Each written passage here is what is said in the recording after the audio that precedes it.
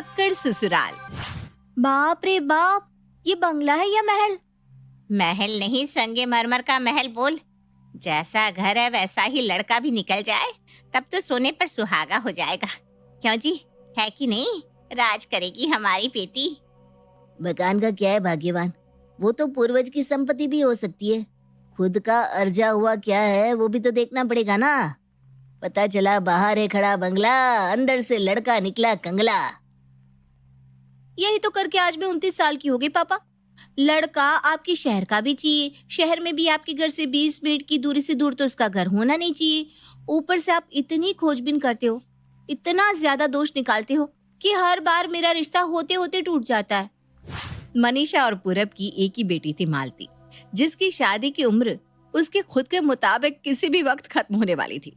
पर पूरब अपनी बेटी को लेकर इतना प्रोटेक्टिव था कि वो हर रिश्ते को 10 बार जांचता और 10वीं बार तक उसमें कोई ना कोई खामी निकालकर उस रिश्ते को ना कर देता था। और इसी तरह मालती के लिए आए एक रिश्ते की खोजबीन करने पूरब अपने परिवार के साथ पहुंचता है लड़के वालों के घर के बाहर। घर के बाहर तो फॉर्च्यूनर खड़ी है। वो भी नई मॉडल है पापा। अब ये तो उनकी खानदानी गाड़ी नहीं हो सकती ना। और अपने पापा को ताना मारती हुई मालती अपने मम्मी पापा के साथ घर के अंदर जाती है, जहां लड़के वाले पहले ही उनके इंतजार में बैठे थे। मालती पंकज के परिवार से मिलती है। ये बंगला आपका ही है, मतलब आपका बनाया हुआ है? अपना है जी, बिल्कुल अपना है। इस बंगले की एक एक ईंट मेरी मेहनत की कमाई की है, वरना हमारे पास था ही क्या। खाली हाथ आया था इस शहर में। शहर नया, लोग नए, मेहनत कर पाई पाई जोड़ने के बाद ये सब बनाया मैंने। पर ये घर, ये गाड़ी मैं अपने साथ तो लेकर जाऊंगा नहीं, सब कुछ पंकज को ही देकर जाऊंगा। यानी कि अगर मालती हमारे घर की बहू बनी तो सब उसी का होना है। अच्छा, लड़की को तो मैंने देख लिया, अब रिश्ते का मैं सोच कर बताता हूँ। इस बार नहीं पापा, मुझे तो इस परिवार में कोई कमी नहीं लग रही है। मुझे पंकज बहुत पसंद है पापा। ये लो जी, लड़की को लड़का भी पसंद है। ऐसे भी हमारा बेटा हीरा है। आप बिल्कुल भी फिक्र मत कीजिए पूरब जी, राज करेगी मालती हमारे घर। और क्या था, अब जब लड़की ने खुद ही आगे बढ़कर हाँ कर दी तो कौन सा लड़का पीछे हटता। पंकज को तो मालती पसंद आ ही चुकी थी। आने वाले अगले मुहूर्त में पंकज और मालती की शादी हो जाती है और बहू बनकर मालती पंकज के बंगले में आ जाती है। पहले 2-4 दिन तो अच्छे से कट जाते हैं। मालती रोज अपने ससुर जी को हिसाब करता देखती थी।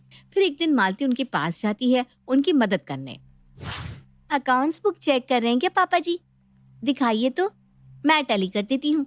आफ्टर ऑल कॉमर्स की स्टूडेंट हूँ। अरे वाह वाह, बड़े सही समय पर आई है तो बेटा। देख तो जरा, 3 दिन से मैं हिसाब मिलाने की कोशिश कर रहा हूँ, पर ये 476 रुपए का हिसाब नहीं मिल रहा। बस 476 रुपए का हिसाब पापा जी? पैसे की बात सुनते ही पंकज फौरन वहां आ जाता है और मालती के हाथ से हिसाब की कॉपी लेते हुए कहता है, पिछले महीने का तो 12,000 कुछ था ना पापा। अब हम में मालती भी जुड़ गई है तो चलो एक नंबर भी जुड़ गया, तो हिसाब 15,000 तक का होना चाहिए था। पर ये 15,476 रुपए कैसे हो रहा है? तो पिछले 3 दिन से आप ये 476 रुपए का हिसाब ढूंढ रहे हैं। हे भगवान, आप जिस तरह से दिन रात हिसाब कर रहे थे, मुझे लगा यहाँ करोड़ों की हेरा फेरी हो गई है। और नहीं तो क्या बेटा, बजट देखकर चलना पड़ता है। हम लोगों ने अपना अपना बजट सेट करके रखा है। प्रति मेंबर पूरे 3,000, उसमें जितने उड़ाने हो उड़ाओ, कोई पाबंदी नहीं। पर अगर खर्च उससे ऊपर चला जाए तो फिर जरा बजट देखते हुए इधर उधर से कटौती करनी पड़ती है। एक आदमी पर 3,000? बस 3,000? तो ऐसे ही तो चलता है घर बेटा, वरना जिसे बेफिजूल खर्च करने की आदत हो गई ना, वो तो सोने का ढेर भी खाकर खत्म कर देगा। सभी की बातें सुनने के बाद भी मालती कुछ ज्यादा रिएक्ट नहीं करती और रसोई में खाने की तैयारी करने चली जाती है। पापा जी को लगता है वही बिजनेसमैन है। क्या मैं नहीं जानती कि किस तरह लोग नई बहू से सारी संपत्ति छुपा कर रखते हैं कि कहीं बहू आते ही पैसे उड़ाना शुरू ना कर दे। खैर पापा जी भी गलत नहीं है, पर मैं वैसी बहू नहीं हूँ। बेकार में ये सब लोड ले रहे हैं।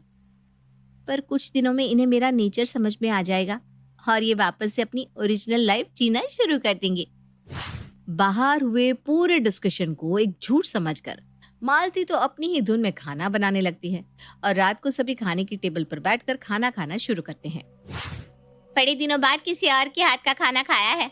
भाभी मजा आ गया कसम से। बहुत ही टेस्टी खाना बनाया है आपने। सही में मुझे भी ना वैसे आलू की सब्जी बड़ी अच्छी लगी, पर मुझे लगा मैं खुद की बनाई सब्जी की तारीफ करूंगी तो कहीं अपने मुंह मिट्टू ना लगे।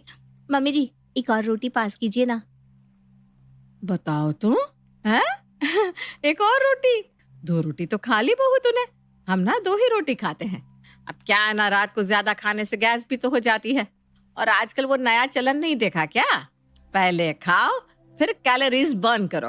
तो मेरा तो मानना है कि कम ही खाओ, शरीर भी स्वस्थ रहेगा और पैसों की भी बचत हो जाएगी। वही तो मम्मी, हम लोग तो वैसे ही ज्यादा खाते। पहले के लोग जो कितने हेल्दी थे, सिर्फ 2 ही टाइम तो खाते थे।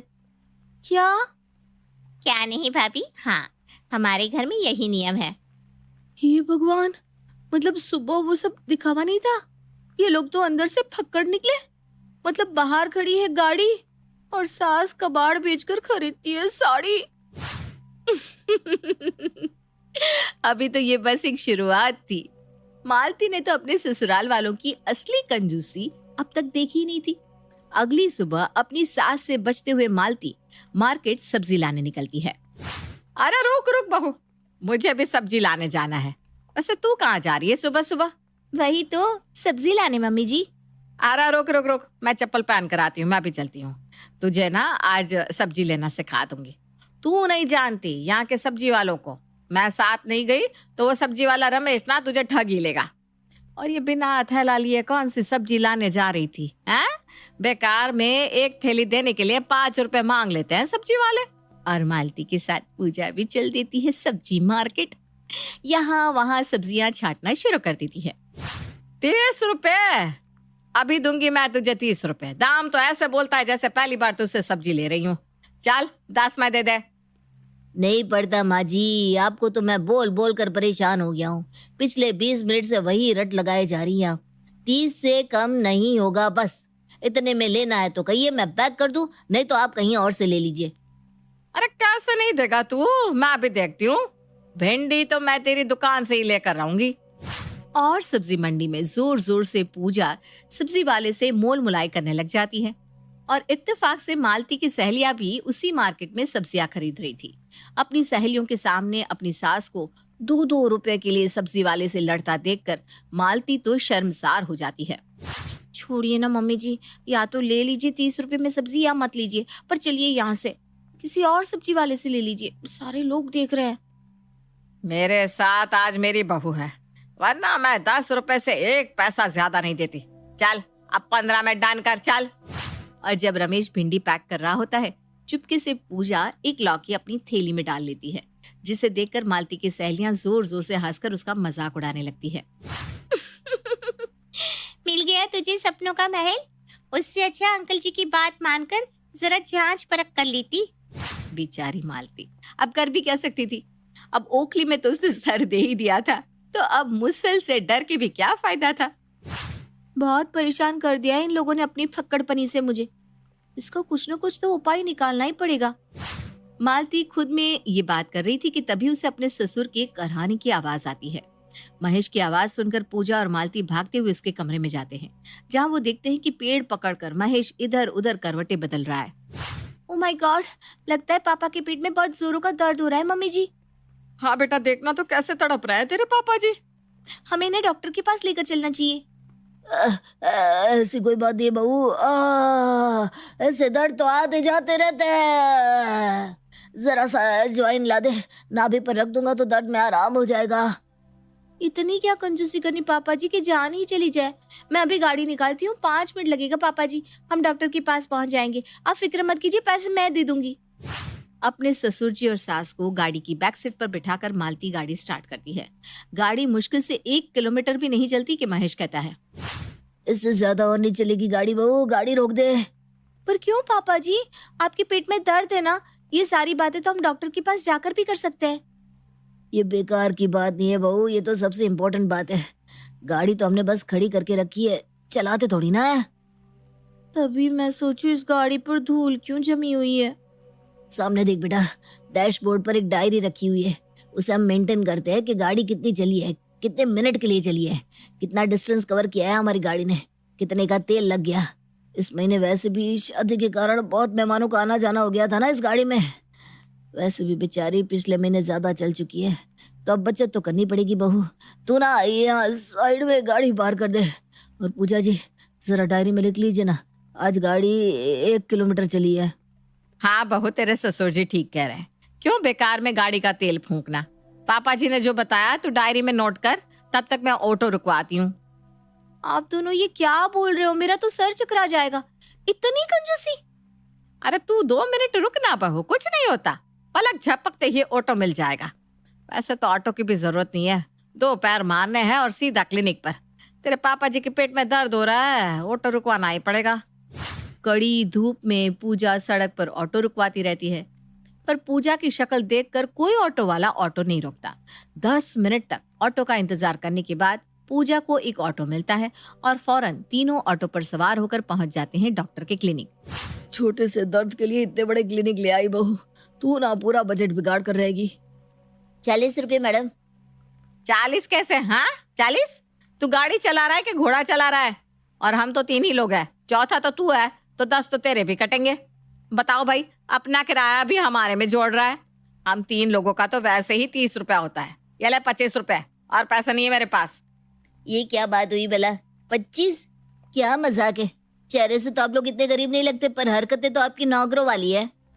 बाहू, तू अपने ससुर जी को डॉक्टर के पास लेकर जा, मैं अभी इसके होश ठिकाने लगाती हूँ। और 5 रुपए के लिए पूजा ऑटो के आगे सो जाती है। अरे ये क्या कर रही हैं आप? ऑटो सामने ही खड़ा है बहू, दर्द भी मुझे अब कम महसूस हो रहा है। चलो वापस चलते हैं, बेकार में डॉक्टर एक लंबा लिफाफा पकड़ा देगा सो अलग।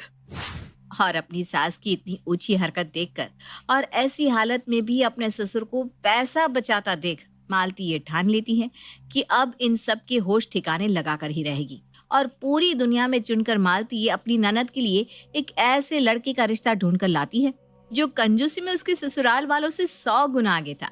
और लड़के का परिवार पहुंच जाता है मालती के ससुराल। पिंकी बेटा, मेहमानों को नाश्ता परोसो। नमकीन और नाश्ते की प्लेट पिंकी लड़के वालों के सामने रखती है। नाश्ता देखते ही लड़के वाले भूखे कुत्तों की तरह नाश्ते पर टूट पड़ते हैं। आराम से खाइए ज्ञान चिंची, वरना खाना गले में ही अटक जाएगा। अब जाकर जान में जान आई महेश बाबू। बताइए, कल रात चढ़ी थी ट्रेन में, उसके बाद टैक्सी, फिर पैदल, अब जाकर शाम के 5 बजे आपके यहाँ पहुंचे। 24 घंटे के ऊपर हो गए भूखे। कई खाने के रेस्टोरेंट दिखाई पड़े, पर मजाल है कि हम कहीं भी उतर कर खा ले।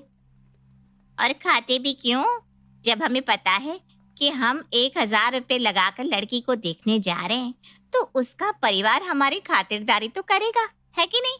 अब हम 1000 रुपए जितनी मोटी रकम सिर्फ लड़की को देखने आने की खर्च कर सकते हैं, तो लड़की वालों का भी कोई फर्ज बनता है कि नहीं?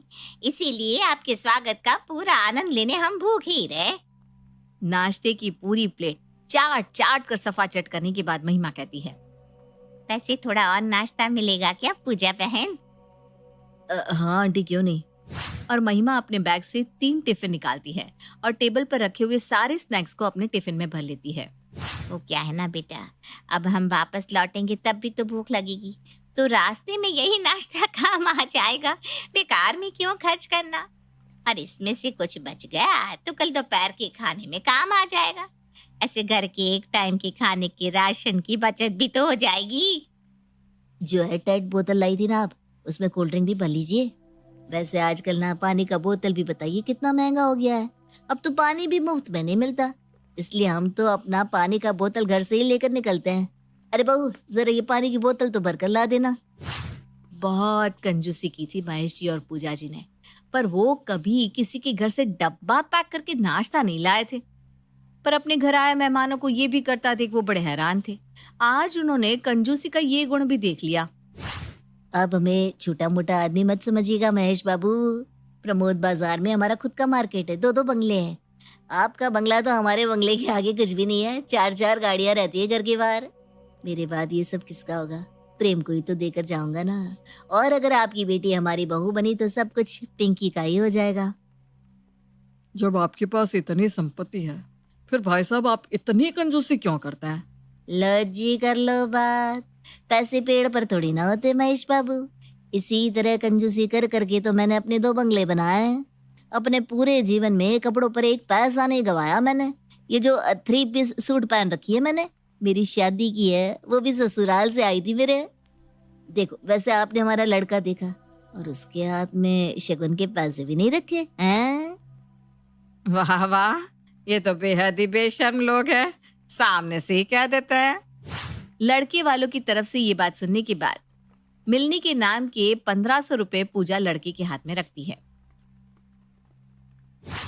500, 1000, 1500, ये तो बस 1500 ही है आंटी। 500 और होंगे क्या आपके पास? वो क्या ना, ट्रेन का भाड़ा फिर टैक्सी का भाड़ा सब मिलाकर अब तक 1000 रुपए जितनी मोटी रकम तो लग चुकी है। अगर 500 और हो जाता ना तो हमारा आना जाना का किराया निकल जाता। अब इन लोगों को पता चलेगा कि इतने पैसे होने के बाद भी जो लोग कंजूसी करे उनके साथ रहना कैसे मुश्किल हो जाता है। ये सोच सोच कर मालती मन ही मन खुश हो रही थी। तभी महेश कहता है, रिश्ता पक्का है समधी जी। वैसे जिस हाथ से आपने 1500 लिए हैं उसी हाथ से 1500 वापस भी कर दीजिए। अब हमारी बेटी को भी तो मिलने के नाम का कुछ देते कि नहीं आप, हाँ? वैसे आज आपकी कंजूसी ने मेरा दिल जीत लिया भाई। समझ रही है ना बहू, किस चीज में पीछे रह गए थे हम। इसी तरह कंजूसी करते रहते तो आज हमारे पास भी 2-2 बंगले होते हैं। पर कोई बात नहीं, अब इतने अच्छे रिश्तेदार बन गए हैं हमारे, अब यही हमें ट्रेनिंग भी दे देंगे। और मालती का पासा पड़ जाता है उल्टा। जिस फक्कड़ ससुराल वालों से वो बचना चाह रही थी, उससे भी महाफक्कड़ लोगों से उसके परिवार का रिश्ता जुड़ जाता है।